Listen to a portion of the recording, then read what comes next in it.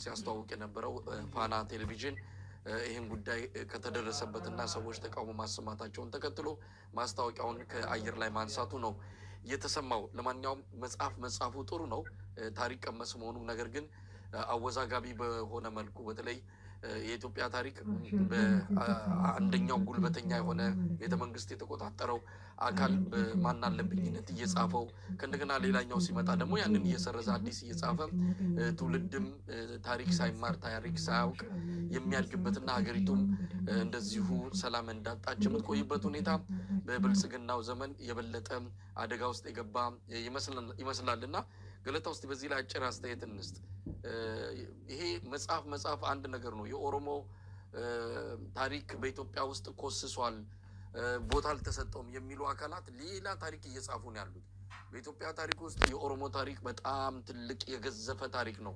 በደንብ አይኑን ገልጦ ላነበበም ኢትዮጵያ የኦሮሞ ሕዝብ ትልቅ አሻራ ያለባት እንደሆነች ምንም ጥርጥር የለውም። በምን መልኩ እንደተመለከቱት እንዴት እንዳዩት አይታወቅም።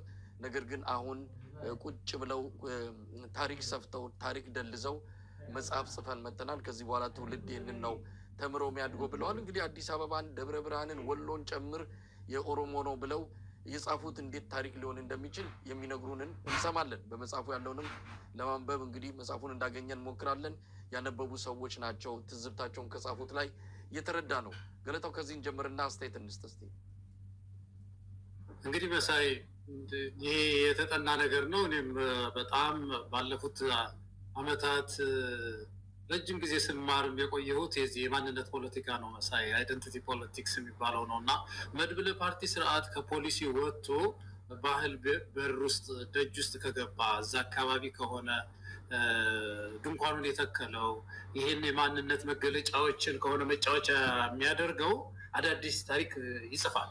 የኢትዮጵያ ውስጥ የታየ ብቻ ሳይሆን ኢትዮጵያ ውስጥ ገና ረጅም ጊዜ ቆየ እንጂ ብዙ ሀገራት ሆኗል።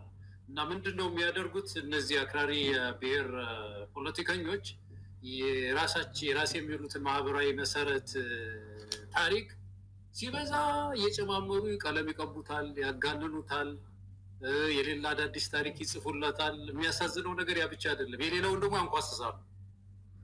ምክንያቱ ምንድነው? ይሄኛው ጎልቶ ይወጣ ዘንድ ጎልቶ ይታይ ዘንድ ገዝፎ ይወጣ ዘንድ አንበሳ ሆኖ ይታይ ዘንድ የሌላውን የማኮሰስ የኛው ላይ ደግሞ ቀለም የመቀባት የመጨማመር ስራ ይታያል። እና ይሄ ሄዶ ያንኑ የራሱን ብሔር ባህል ሃይማኖት ያጠፋል፣ አብሮ ተቻችሎ መኖርን ያጠፋል፣ ቁርሾና ቂም ያቃ